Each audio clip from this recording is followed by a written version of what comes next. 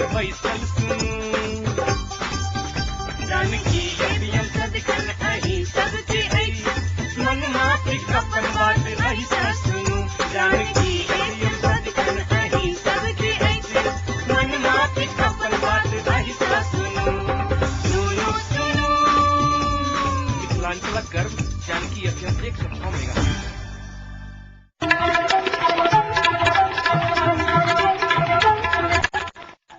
नमस्कार, Janaki FM 106 mega हर्जक Janaki समाचार में अपने के स्वागत है।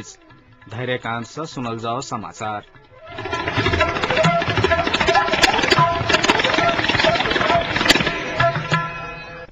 एखनुक मुख्य समाचार।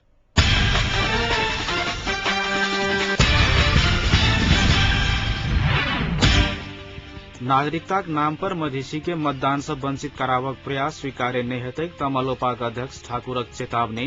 पीड़ित राहत शिक्षक संघर्ष समिति धमसाक आमरण अनशन के कार्यक्रम तत्काल स्थगित, रिले अनशन जारी।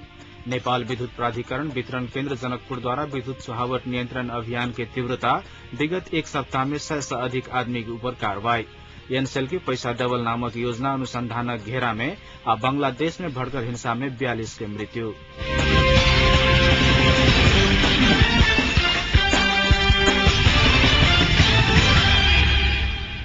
तराई मधेस लोकतांत्रिक पार्टी का अध्यक्ष महंत ठाकुर पहिल संविधान सभा निर्वाचन में भाग लेने सब गोटे के आगामी निर्वाचन में भाग लेवक अधिकार देव पर जोड़ दिलन। नागरिकता के नाम पर मधेसक प्रत्येक जिला में 35 से 40% मधेसी के मतदानक अधिकार से वंचित करक प्रयास भ रहल कहत ऐके कोनो हालत में स्वीकार्य नहीं कयल जैतक अध्यक्ष ठाकुर बतलन। राजधानी में आई राज्य विहीन मधेसी नामक पुस्तक के विमोचन समारोह में बजैत लंबा समय से राज्य तरफ से विशेषकर मधेसी, आदिवासी आ जनजाति समुदाय ऊपर विभेद भ रहल ठाकुर उल्लेख कयलनि। कानून संविधान से मात्र राष्ट्र नहीं बन सकैत अछि बतबैत एहि के लेल संपूर्ण जाति, धर्म आ समुदाय भावनात्मक ढंग से जोड़ब आवश्यक छै ठाकुर के कहब छलनि।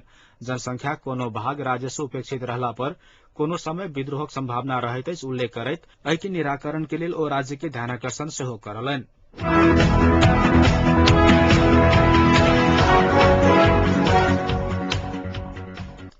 विभिन्न मांग रखत जिला प्रशासन कार्यालय धमसाक आगा रिले अनशन करैताल पीड़ित राहत शिक्षक हक हित संरक्षण संघर्ष समिति आइसा करवाला आमरण अनशन के कार्यक्रम स्थगित कयलक अछि।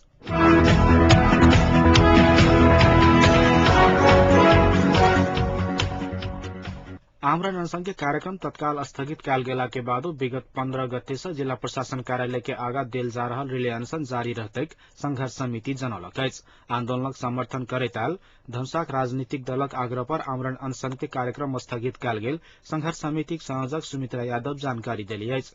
अनशन स्थल पर विभिन्न राजनीतिक दल संग आइ भेल विमर्श में दल के प्रतिनिधि मांग पूरा करबा लेल प्रमुख जिला अधिकारी से बातचीत करबाक दबाव देवक आश्वासन देला कारणे दल सभक आग्रह पर आमरण अनशन के कार्यक्रम स्थगित कयल गेल संयोजक यादव बतौली।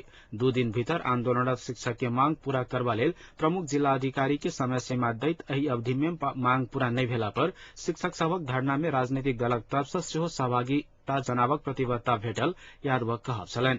विगत 11 दिन से चरणबद्ध आंदोलन करैताल संघर्ष समिति से अखन धरि प्रमुख जिला अधिकारी कोनो प्रकारक वार्ता करक प्रयास धरि नहीं कयने संघर्षरत शिक्षक सब जनौलनि। संघर्ष समिति प्रावी राहत शिक्षक के नियुक्ति मिति या लाइसेंस जारी मिति मिलान कर छानबीन, आंदोलनरत पक्ष सम्मिलित छानबीन समिति गठन करक फर्जी चिट्ठी के आधार पर नियुक्ति कैनिहार प्रधानाध्यापक के कार्रवाई अविलंब एक मुश्त दरमाहा उपलब्ध करावक सहितक मांग रखैत जिला प्रशासन कार्यालय धमसा में धरना दैत आबि रहल अछि।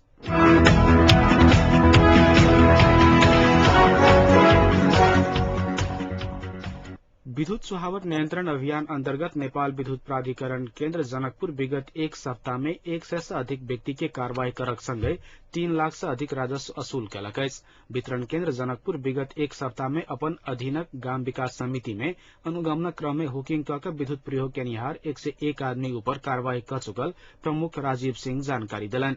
तहिना चोरी कऽ विद्युत एवं विद्युतीय सामग्री प्रयोग केनिहार एहि व्यक्ति सबके कयल गेल जुर्माना से विगत एक सप्ताह में 3 लाख 58,111 रूपैयाँ राजस्व असौली कयल गेल प्रमुख सिंह बतौलन। विद्युतीय सामग्री के प्रकृति अनुसार एहि व्यक्ति सबसँ 3,000 से 1,72,000 धरि जुर्माना कयल गेल प्राधिकरण जनौलक अछि। विद्युत हुकिंग क सामान्य विद्युतीय सामग्री प्रयोग केनिहार व्यक्ति के 3,000 तथा अन्य के विद्युतीय सामग्री देखैत जुर्माना कयल गेल बताओल गेल अछि।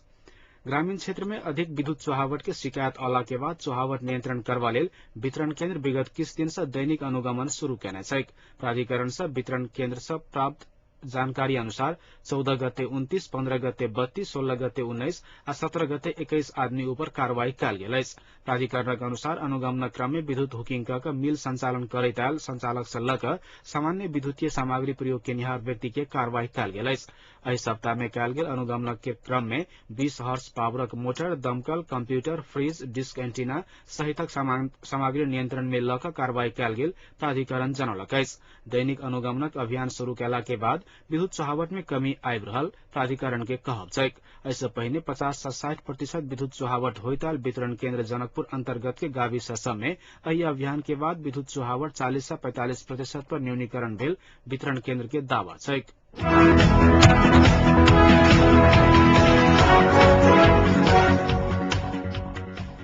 एनसेल पैसा डबल के आकर्षक नारा के साथ प्रचार में उतरल एनसेलक ई योजना अनुसंधानक घेरा में पड़ल अछि। पैसा डबल योजनाक नाम पर उपभोक्ता से एनसेल ठगी कर रहल व्यापक टीका टिप्पणी शुरू भेला के बाद दूरसंचार नियामक निकाय दूरसंचार प्राधिकरण अनुसंधान शुरू कयलक अछि। प्राधिकरणक एकटा विज्ञ समूह एनसेल ऊपर अनुसंधान क प्रतिवेदन सेहो बुझौने बताओल गेल अछि। प्रतिवेदन आगामी बोर्ड बैठक में प्रस्तुत होबय जा रहल प्राधिकरण स्रोत जनौलक अछि।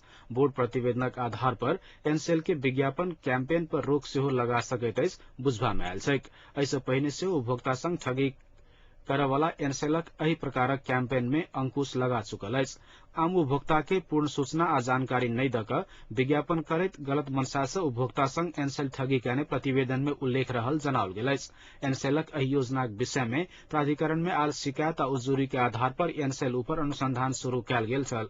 सामाजिक संजाल सब में आयल विभिन्न टीका टिप्पणी सबके सेहो अनुसंधानक एकटा आधार के रूप में लेल गेल प्राधिकरण स्रोत के दावा अछि।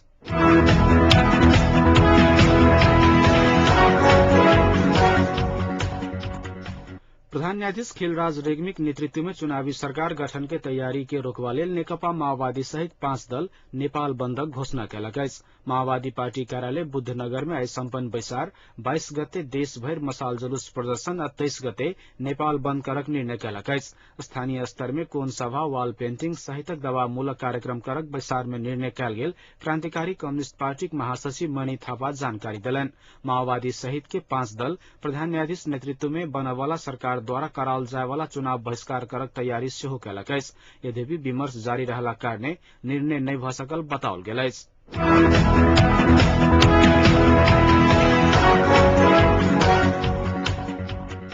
कार्यरत प्रधान न्यायाधीश खिलराज रेग्मी के प्रधानमंत्री नहीं बन देवक मांग करैत दायर रिटू पर आई सेहो सुनवाई नहीं भ सकल अछि। न्यायाधीश गिरीश चंद्र लालक इजलास में निर्धारण कयल गेल पेशी समय अभावक कारण रवि दिन के लेल तय कयल गेल सर्वोच्च अदालत जनौलक अछि। हुनकर इजलास में कुल 59टा मुद्दा अछि, जाहि में से ई रिट 58वां स्थान पर छल। अधिवक्ता ओम प्रकाश अरियाल कार्यरत प्रधान न्यायाधीश या पूर्व प्रधान न्यायाधीश के प्रधानमंत्री नहीं बनावक मांग करैत फागुन 15 गते रिट दायर कयने रहथिन। न्यायालय के सरकारक नेतृत्व नहीं क सकैत अछि कहैत प्रधान न्यायाधीश द्वारा सरकारक नेतृत्व कयला सँ समग्र न्यायपालिका प्रधान न्यायाधीशक पवित्रता, विश्वसनीयता आ निष्पक्षता समाप्त भ जेतैक कहैत अंतरिम आदेश के मांग कयल गेल छल। एहिसँ पहिने दोसर अधिवक्ता भरतमणि जंगम द्वारा दायर रिट पर आगामी 24 गते के लेल फैसलाक तिथि निर्धारण कयल गेल अछि।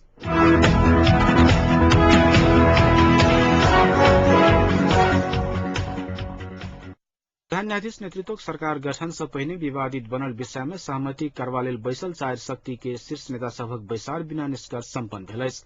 प्रधानमंत्री निवास बालुआटार में बैसल बैसार में दल सब बीच सहमति होबय नहीं सकला के बाद ओहिठाम से नेता सब राष्ट्रपति कार्यालय शीतल निवास में पहुंचल छलथि। राष्ट्रपति कार्यालय शीतल निवास में भेल परामर्श में एकीकृत नेकपा माओवादी के अध्यक्ष पुष्पकमल दाहाल प्रचण्ड आ एमाले अध्यक्ष झलनाथ खनाल बाहेक के नेता सब सहभागी छलकिन। प्रधानमन्त्री बाबुराम भट्टराई सहित नेपाली कांग्रेस सभापति सुशील कोइराला, वरिष्ठ नेता शेरबहादुर देउपा, उपसभापति रामचन्द्र पौडेल, एमाले नेता केपी शर्मा ओली आ मधेसी मोर्चा अध्यक्ष विजय कुमार गच्छेदार आ तमलोपाका अध्यक्ष महंत ठाकुर सहभागी छलैत।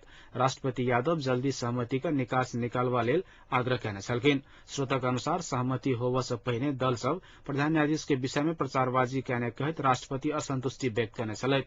दल सब बीच नागरिकता, मतदाता नामावली, सेना समायोजन अंतर्गत लड़ाकू के दर्जा निर्धारण, सत्य निरूपण तथा मेलमिलाप आयोग गठन में सहमति नहीं भेल अछि। कार्यदल विवाद मिलाव नहीं सकला के बाद शीर्ष नेतृत्व विवाद समाधान करवा लेल काल्हि से परामर्श शुरू कैने अछि।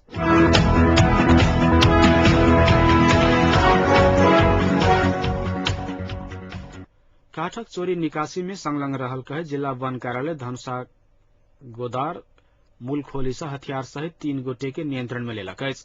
जंगल से काट कर काठ चोरी निकासी कर रहल समय में ना 3-6407 नंबरक ट्रैक्टर सहित गोदार 8 पद्म कार्की, रंजन पौडेल तथा भरतपुर 4 पारस जायसवाल के नियंत्रण में लेल गेल जिला वन कार्यालय धनुषाक सहायक वन अधिकृत सुरेश शर्मा जानकारी देलनि अछि।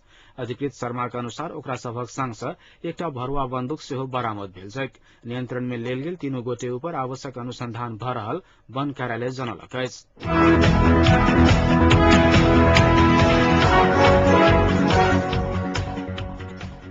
सड़कपुरक विद्यापति चौक स्थित दुर्गा पूजा व्यवस्थापन समिति सदस्य ऊपर सन्मार्ग प्राविक संस्थापक दीप नारायण यादव आ हुनकर बेटा तथा विद्यालय प्रधानाध्यापक द्वारा सांघातिक आक्रमण कयल गेल पूजा व्यवस्थापन समिति आरोप लगौलक अछि।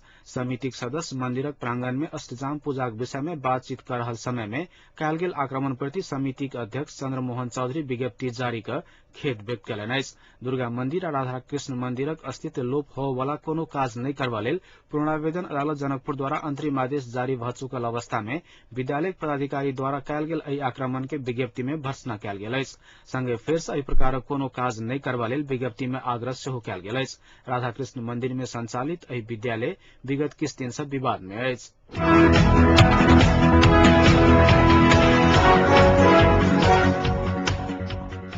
भ्रष्टाचारी के कार्रवाई करक मांग करत विगत 8 दिन से राजधानी में अनशन पर रहल शारदा भूषाल झा स्वास्थ्य अवस्था कमजोर होइत जा रहल छनि। अनशन पर रहल मोहतरीक बनौली निवासी झा बाजा में सेहो असक्षम होइत जा रहल हुनका संगे भ्रष्टाचार विरोधी अभियान में लागल संगीता थापा जानकारी देली अछि। झा विगत शुक्र दिन से अनशन पर छथि। अख्तियार दुरूपयोग अनुसंधान आयोगक प्रांगण में अनशन देव गेल झा पुलिसक हस्तक्षेप के बाद रत्न पार्क पर अनशन पर छथि। अनशन देवक क्रम में झा आ हुनकर अन्य साथी के पुलिस 2 दिन धरि नियंत्रण में सेहो रखने रहेक।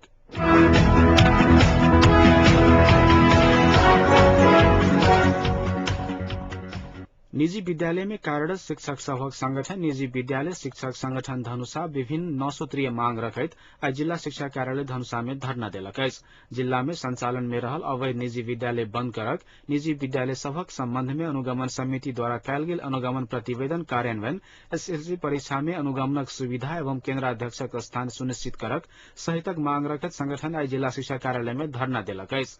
तहिना जनकपुरक माध्यमिक स्तर धरि अध्ययन अध्यापन करा रहल कहैत जेम्स स्कूलक संस्थापक तथा कजरा डामोल माविक प्रधानाध्यापक ऊपर कार्रवाई करबा लेल संगठन मांग कयलक अछि। विगत 16 गते से औपचारिक रूपे संघर्ष में उतरल संगठन एहिसँ पहिने पेन डाउन, कारी पट्टी बांधि कऽ कार्यक्षेत्र में काज करक सहितक चरणबद्ध आंदोलन कऽ चुकल अछि।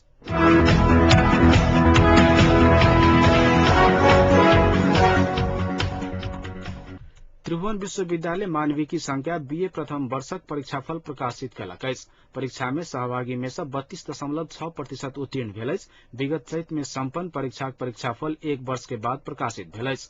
2068 साल चैत महीना में लेल गेल अन्य संकायक परीक्षाफल सेहो यह महीना भीतर सार्वजनिक हेतैक परीक्षा नियंत्रक रमेश जोशी जानकारी देलनि।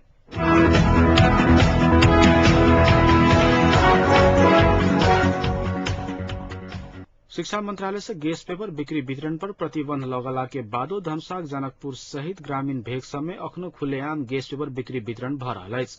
धनुषाक जनकपुर सहित ग्रामीण क्षेत्र सब में संचालित दोकान सब में अखनो गैस पेपर खुलेआम बिक्री वितरण भ रहल छैक। विद्यार्थी सभक पठन क्षमता में ह्रास लौने कहैत सरकार गैस पेपर में प्रतिबंध लगौने छल। जनकपुर में पुस्तक व्यवसायी सब सरकार से प्रतिबंधित लगावस पहिने आल गेस पेपर सब फाटफूट मात्र बिक्री वितरण करैत आबि रहल अछि। जनकपुर में प्रतिबंधित गेस पेपर अपने सब ने बेच रहल पुस्तक व्यवसायी सब दावा करैत आला के बादो प्रतिबंधित गेस पेपर सब खुलेआम रूप से बिक्री वितरण भ रहल विद्यार्थी सभक कहब छैक।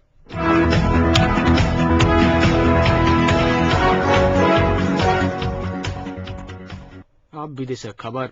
बांग्लादेश में जमाते इस्लामिक नेता दिलावर हुसैन शहीद के मृत्युदंड के सजा सुनाओल गेला के बाद भड़कल हिंसा में सुरक्षाकर्मी सहित कम से कम 42 गोटे के मृत्यु भ गेल अछि। अंतर्राष्ट्रीय संचार माध्यम सभक अनुसार अदालतक निर्णय पश्चात बांग्लादेशक 15टा जिला में पुलिस आ सत्तारूढ़ अवामी लीग पार्टी कार्यकर्ता बीच झड़प भेल अछि।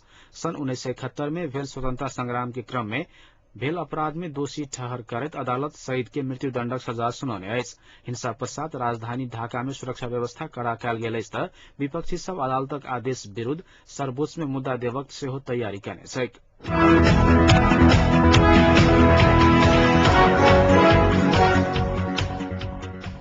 अब जनकपुरक तापक्रम। अखन जनकपुर के तापक्रम 26 डिग्री सेल्सियस अछि।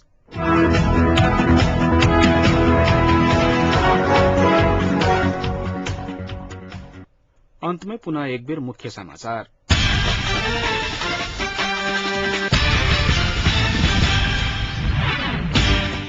नागरिकताक नाम पर मधेसी के मतदान से वंचित करावक प्रयास स्वीकार्य नहीं हेतै तमलोपाक अध्यक्ष ठाकुरक चेतावनी। पीड़ित राहत शिक्षक संघर्ष समिति धमसाक आमरण अनशन के कार्यक्रम तत्काल स्थगित, रिले अनशन जारी। नेपाल विद्युत प्राधिकरण वितरण केन्द्र जनकपुर द्वारा विद्युत चुहावट नियंत्रण अभियान के तीव्रता, विगत एक सप्ताह में 100 से अधिक आदमी ऊपर कार्रवाई। एनसेलक पैसा डबल नामक योजना अनुसंधानक घेरा में अब बांग्लादेश में भड़कल हिंसा में 42 गोटे के मृत्यु।